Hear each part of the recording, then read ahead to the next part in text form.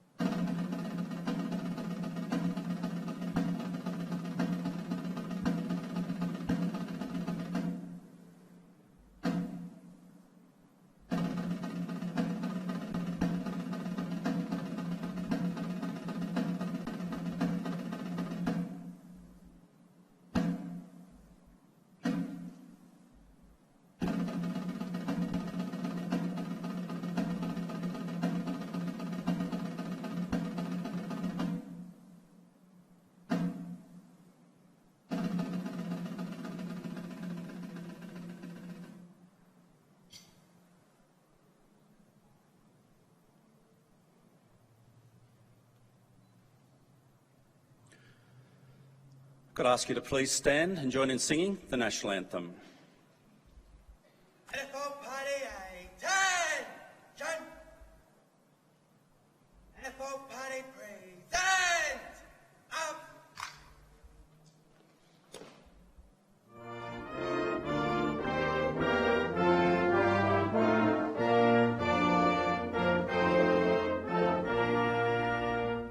Australians, oh, let us rejoice, for we are young and free. We've golden soil and wealth for toil, our home is the nice sea. Our land abounds in nature's gifts, our beauty rich and rare. In history's page let every state advance Australia fair. Enjoy those trains and let us sing, advance Australia fair. NFL Party shoulder! Up! NFL Party order! Up! If you're able, please be seated. The Australian War Memorial was the vision of Charles Bean, Australia's First World War official historian. Bean landed with the Australian troops on Gallipoli and stayed with them at the front through to the end of the war. The idea of this national memorial and museum came to him at Pozières, France, in the depths of the bloody fighting of 1916. Bean's idea was that this would be a place where families and friends could mourn loved ones buried in faraway places. It would also be a place that could help all Australians understand what these men and women had endured and what they had done for us. Bean's vision, to which we remain true, is best expressed as inscribed in the entrance to the memorial's galleries. Here is their spirit, in the heart of the land they loved, and here we guard the record which they themselves made. The Roll of Honour lists the more than 102,000 men and women who have given their lives for us in war and operations for more than a century. Normally at this ceremony, we tell the story behind just one of those names. But each year, on Remembrance Day, we commemorate all service and sacrifice by reading the eulogy of the unknown Australian soldier. The eulogy was first delivered on this day in 1993 by then Prime Minister Paul Keating on the occasion of the interment at the Australian War Memorial's Hall of Memory. To mark the occasion of the 75th anniversary of the opening of the Australian War Memorial, we now welcome representatives from the Canberra Burns Club Pipe Band, who will play Highland Cathedral.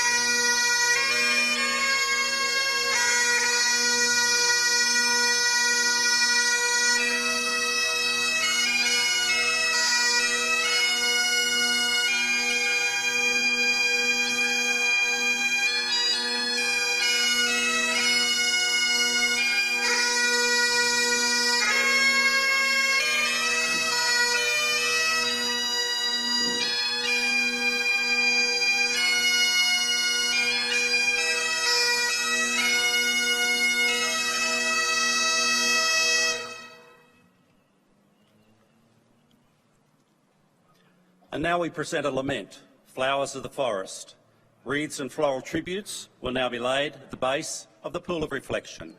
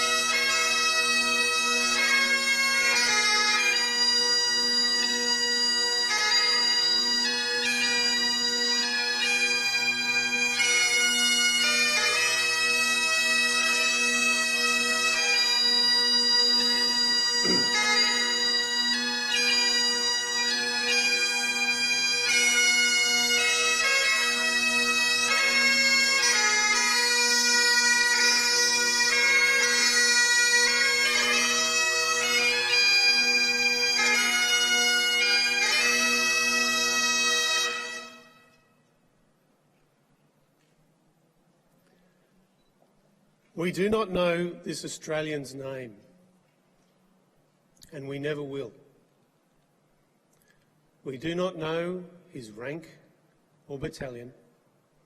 We do not know where he was born, nor precisely how and when he died. We do not know where in Australia he made his home, or when he left it for the battlefields of Europe. We do not know his age or circumstances, whether he was from the city or the bush,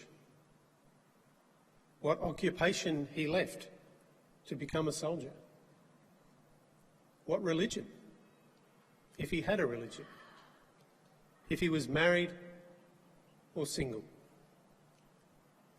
We do not know who loved him or whom he loved. If he had children, we do not know who they are.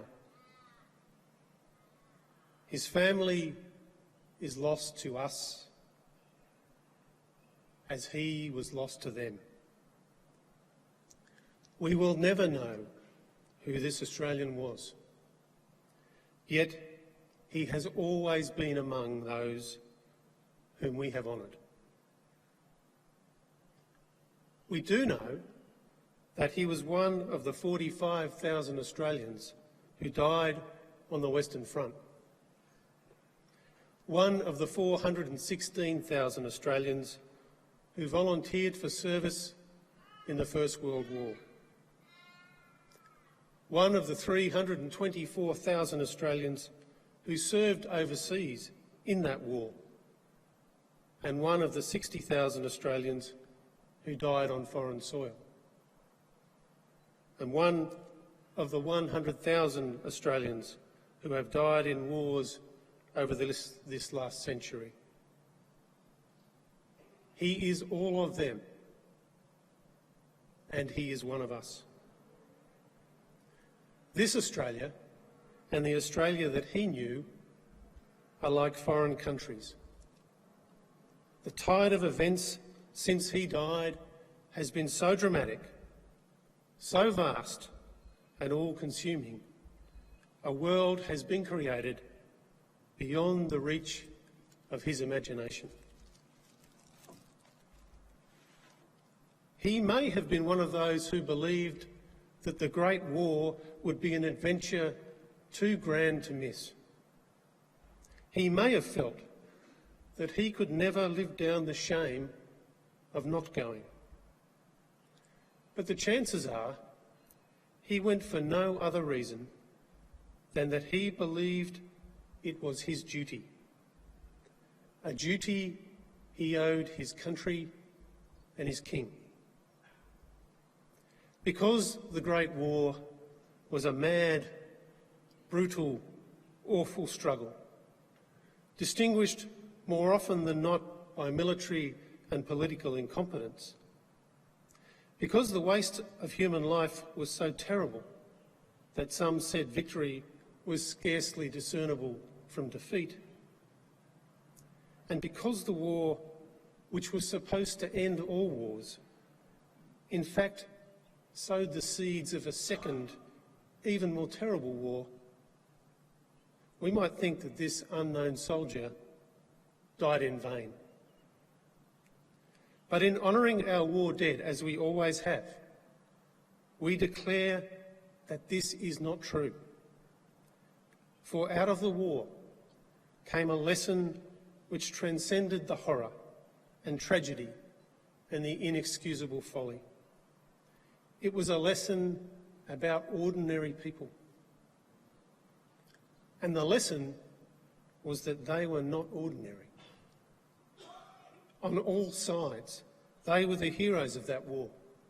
Not the generals or the politicians, but the soldiers and sailors and nurses, those who taught us to endure hardship, to show courage, to be bold as well as resilient, to believe in ourselves, to stick together. The unknown Australian soldier was one of those who, by his deeds, proved that real nobility and grandeur belongs not to empires and to nations, but to the people on whom they, in the last resort, always depend. That is surely at the heart of the Anzac story, the Australian legend which emerged from the war. It is a legend not of sweeping military victories, so much as triumphs against the odds, of courage and ingenuity in adversity. It is a legend of free and independent spirits whose discipline derived less from military formalities and customs than from the bonds of mateship and the demands of necessity.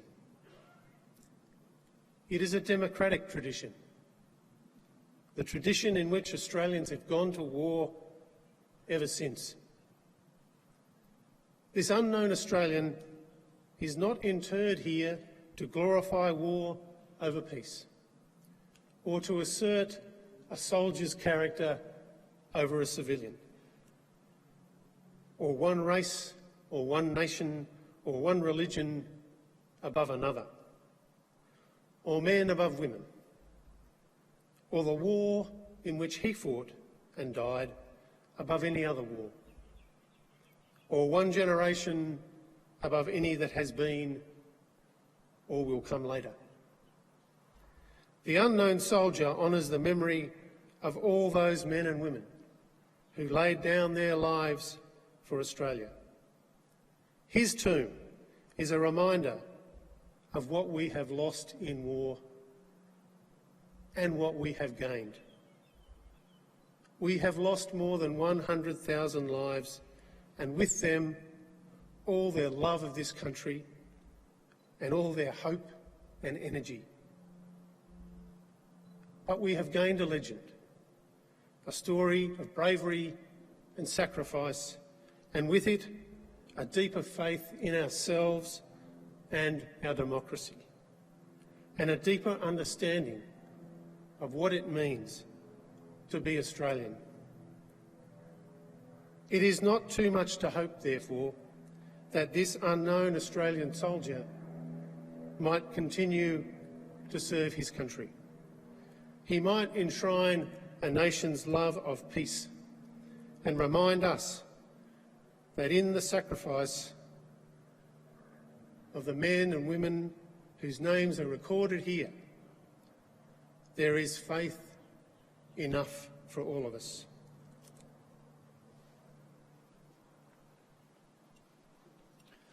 Please stand for the reading of the Ode and the sounding of the last post.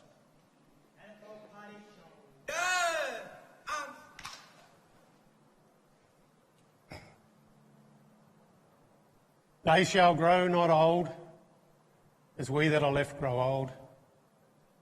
Age shall not weary them, nor the years condemn.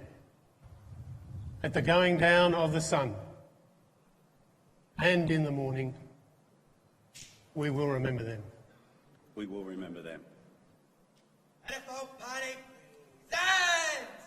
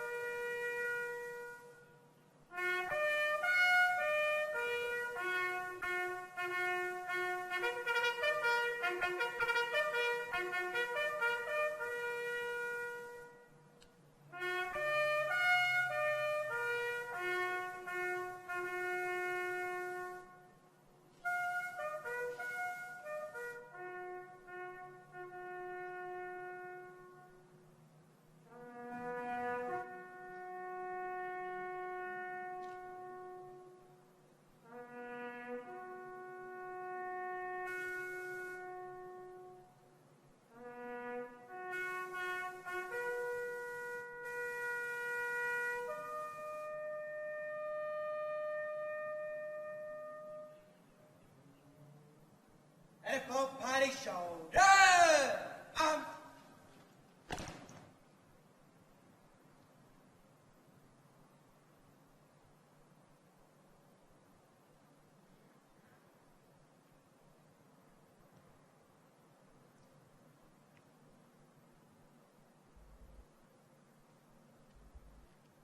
Lest we forget.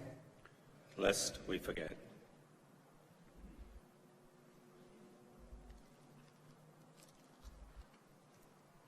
LFO Party words. Turn. LFO Party quick. March.